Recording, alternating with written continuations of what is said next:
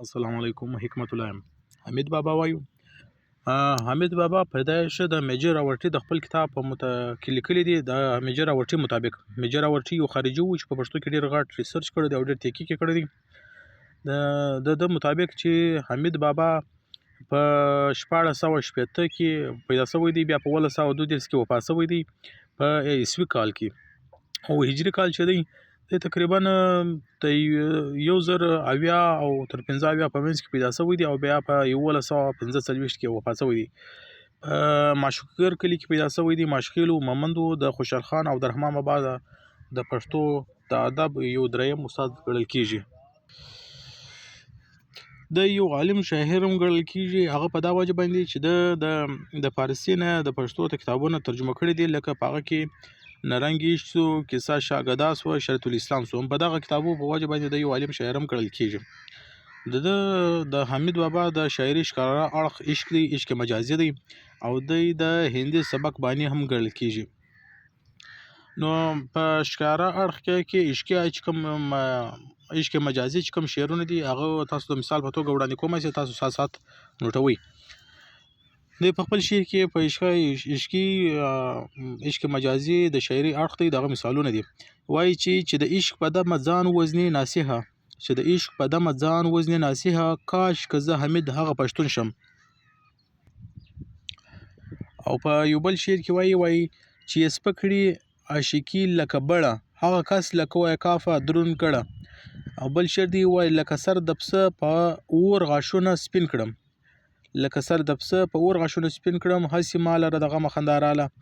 دا چې کوم ټیم ته نه دي د زموږ پښتانه چې کوم ټیم هغه د پسه سر چې کویلغه کې د هغه غاښونه سپین سي، دی وایي هسې ما لره د غمه خندا راله.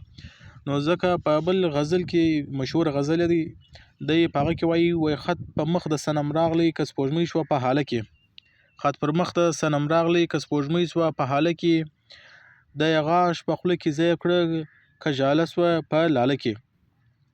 بل شعر دی وایي دا زما د غمه شین زړه پکې خیال د یار د شونډو، دغه زما د غمه شین زړه پکې خیال د یار د شونډو، هسې رنګ زیب و زینت کړه لکه مۍ په شنې پاله کې، مۍ و شرابو ته وایي. بل شعر دی وایي هسې رنګ سحر و جادو کړي په نظر د شهلا سترګو، هسې رنګ سحر و جادو کړي په نظر د شهلا سترګو، نه سیال په هند کې شته نه ثاني په بنګاله کې.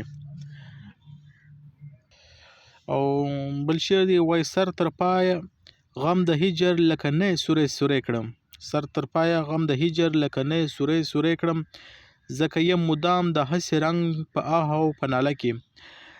بل شعر دی وای که یار غواړې هومره ژاړه څوک درځي عبدالحمیده، که یار غواړې هومره ژاړه څوک درځي عبدالحمیده، دا په دا چې درمنده شي په دریاب نه په ناله کې.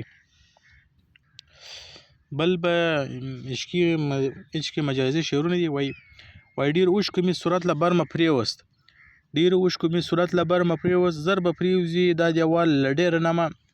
بل یو شعر دی وای دا له نازه کړي خوبان خبرې تشي، دا له نازه کړي خوبان خبرې تشي، که د لاړو په خوږو یې لبان نشلي، چې یدم لغمه نه خیزي په عشق کې، چې یدم لغمه نه خیزي په عشق کې، حق حیران د عاشقانو په ژوندون شم.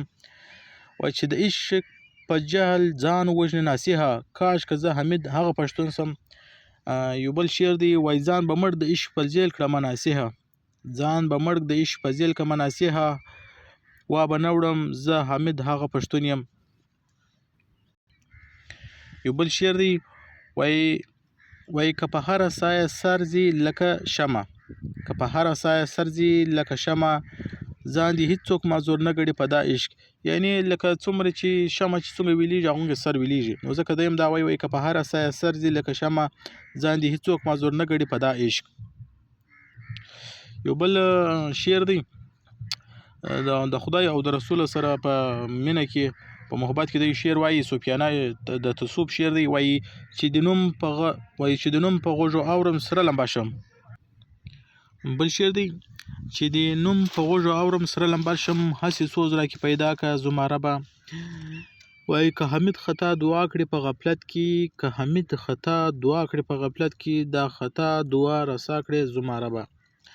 دا د حمید بابا د شعرو مثالونه چې ما ستاسو درکړو په دې کې د عشق مجازي او په دې کې تصوف شعرونه مثالونه مې درکړو او دا مې هم درته وویل چې دته د یو صوفي شاعر او عالم هم ګڼل کېږي په هغه په دا وجه باندې چې د فارسي نه او پښتو ته د تصوف کتابونه ترجمه کړي وو. نو دا د پښتو چې دی د پښتو شعرونه چې دی بالکل خپل پښتو ده چې د پښتو لیکل ستاسو زده وي بیا پښتو شعر تشریح کول ډیر اسانه دي لفظونه هم داسې د خاص شان پکې نشته بیا دا او تر ټولو چې دا یو خبره په ذهن کې شعر دی چې د شاعر کم رحمان بابا چې موږ وایي خوشحال خان خټک وو یا حمید بابا وو غني خان بابا دی کلندر مومند دی دا شعرونه چې تاسو وایاست دغه د شاعر د شاعري ښکاره اړخ په خامخا تاسو په ذهن کې ږدئ چې دغه د شاعري ښکاره اړخ شته او هغه کله چیرې بیا تاسو په وخت کې په پیپر کې لیکئ ښکاره اړخ هغه ډیر ضروري وي او پیپر و سوال ته ډیر زیات وزن ورکوي. نو دا د حمید بابا مې تاسو سره شیر کړی کوم څه سوال وي یا یو کوېسچن وي تاسو په کمنټ سیکشن کې لیکئ چې کني ما سره په ایمیل ایډرس باندې خپل کوېسچن ماته پرېښوی شئ. مهرباني دعا وکوئ. الله حافظ.